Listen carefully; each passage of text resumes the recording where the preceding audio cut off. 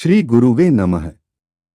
मित्रों, आज इस वीडियो में हम लंकापति रावण के विषय में चर्चा करेंगे। शिव भक्त रावण वाल्मीकि रामायण में रावण का चरित्र एवं घटनाक्रमों का एक गूढ़ आध्यात्मिक रहस्य भी है, जिसमें रावण के इस स्वरूप का वर्णन नहीं किया गया है। रावण त्रेता युग का एक विशिष्ट ऐतिहासिक व्यक्तित्व रहा है। वह रक्ष संस्कृति के रक्षधर्म का पुनरुद्धारक एवं प्रवर्तक रहा है। रक्ष संस्कृति के इतिहास और संस्कृति से रावण के संबंध के बारे में जानना आवश्यक है। उस काल में विश्व में दो संस्कृतियां मुख्य रूप से विकसित थी। इनमें से एक जैन संस्कृति थी, दूसरी बौद्ध संस्कृति थी। बौद्ध संस्कृति जैन संस्कृति थी और वह सपाट मैदानों की संस्कृति थी जो नदियों के तटों पर विकसित हो रही थी। यह कृषि प्रधान संस्कृति थी, जिसमें पशुपालन गृह उद्योग का व्यवसाय होता था। इनमें व्यवस्थित पारिवारिक सामाजिक ढांचा था और इसका प्रसार दूर दूर तक था। इनके पास उन्नत किस्म का विज्ञान था जो इस प्रकृति के ऊर्जा जगत से संबंधित था। इनके कुल नायक विष्णु थे। यह एक आध्यात्मिक शक्ति थी जिसका संबंध इनके विज्ञान से था, जिससे यह ब्रह्म विद्या कहते थे। इनके विवरण अत्यंत गोपनीय रखे जाते थे। इस विज्ञान के सूत्रों पर ही इनके देवता और यज्ञ आधारित है। ये देवताओं की शक्तियों को विभिन्न यज्ञों के माध्यम से प्राप्त करते थे। ब्रह्म विद्या के सूत्रों पर इन्होंने कई प्रकार के अस्त्र शस्त्र विकसित कर रखे थे। यह अपने कुल नायक को भी विष्णु के नाम से संबोधित ही करते थे।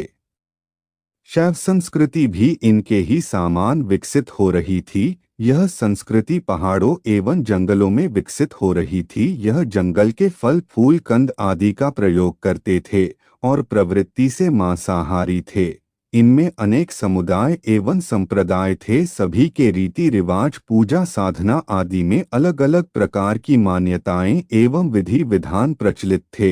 यह संस्कृति शिवलिंगों, शक्तिपीठों, मातृकुल, पिंडियों आदि के यह उपासक कई समुदाय में विभक्त थे, परंतु इन सब के मध्य में एक उन्नत विज्ञान के नियम कार्य कर रहे थे।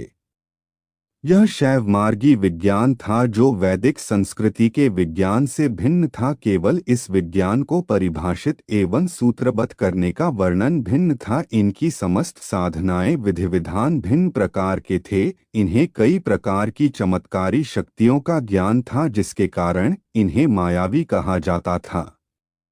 राक्षस, यक्ष, गंधर्व, किन्नर आदि इसी संस्कृति से संबंधित थे। इसमें राक्षसों का समुदाय अधिक शक्तिशाली एवं विकसित था। यह शिवलिंग के उपासक थे, किंतु इनमें पिंडियां, शक्तिपीठों एवं देवियों की भी पूजा उपासना होती थी। मास, मुद्रा, बलि पूजा, कन्या पूजा आदि विधान सर्वमान्य थे। इनमें कोई विस्मय नहीं होना चाहिए। यह मातृ पूजक थे और शिवलिंगों द्वारा ही प्रकृति की ऋणात्मक सत्ता की शक्तियों की ही आराधना उपासना करते थे। यह जंगलों पहाड़ों में रहते थे और इनका प्रमुख भोजन मांस था। उनकी बलि का अर्थ भी वही था जैसे कोई भोजन से पूर्व अपने आहार का भोग अपने पर लगाता है।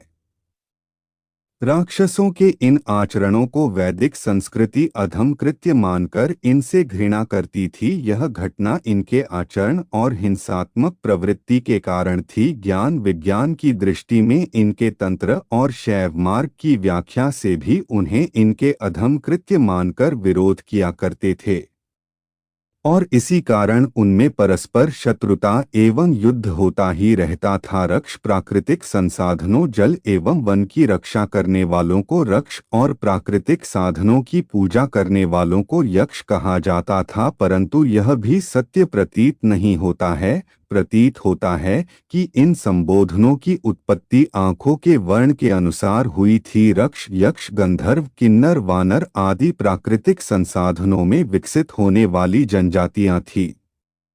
इनका नामकरण उनके गुण और प्रवृत्ति के अनुसार वैदिक संस्कृति ने ही किया था। शरीर और आत्मा की रक्षा करने के सूत्र को मानने के कारण भी इन्हें रक्ष कहा जाता था। एक कहावत यह भी है कि ब्रह्मा जी ने उन्हें वरदान दिया था, किंतु यह एक आध्यात्मिक कथन है। प्रकृति की शक्ति के नियंत्रक वैदिक संस्कृति में ब्रह्मा को माना जाता है। यह वैदिक विवरण है। ब्रह्मा एक प्राकृतिक शक्ति है, इसका कोई मृतरूप विद्यमान नहीं है। पुराणों में रूपक हैं और उनके गोपनीय आध्यात्मिक अर्थ हैं।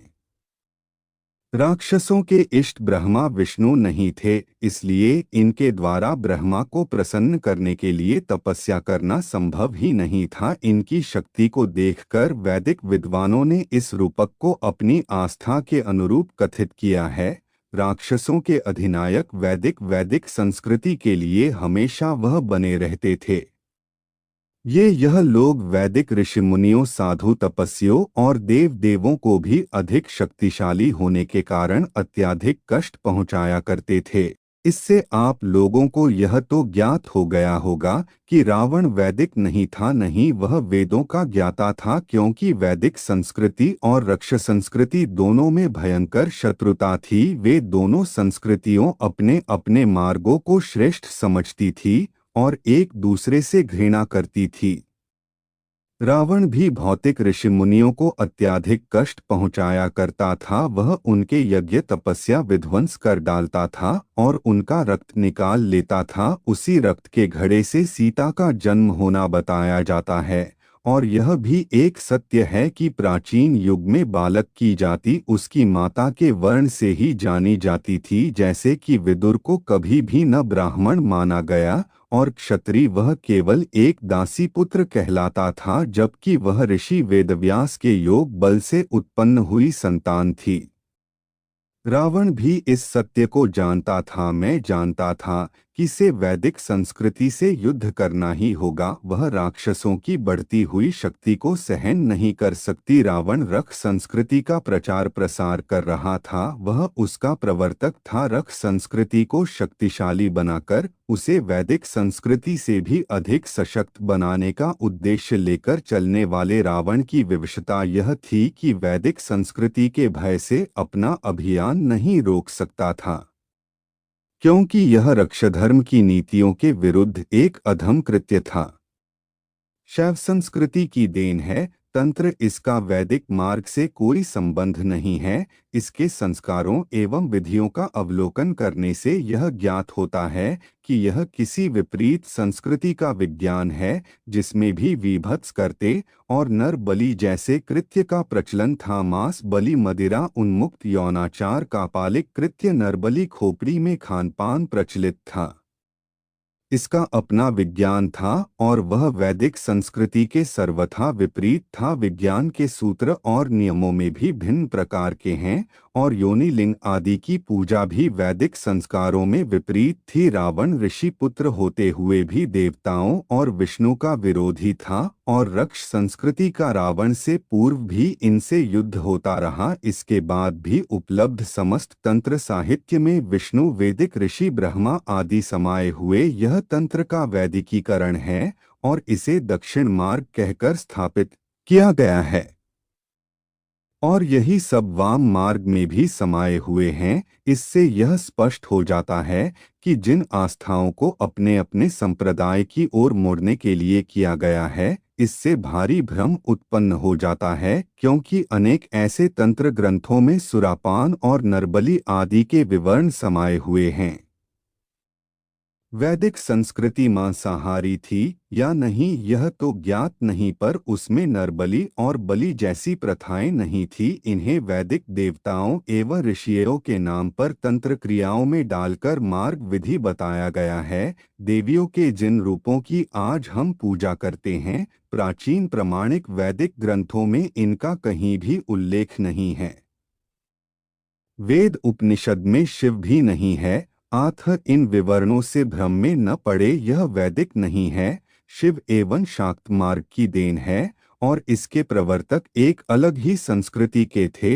यह आसुरी वृत्ति है। हो सकता है कि यह असुर ही रहे हो और कालांतर में इन्हीं से राक्षस संस्कृति उत्पन्न हुई।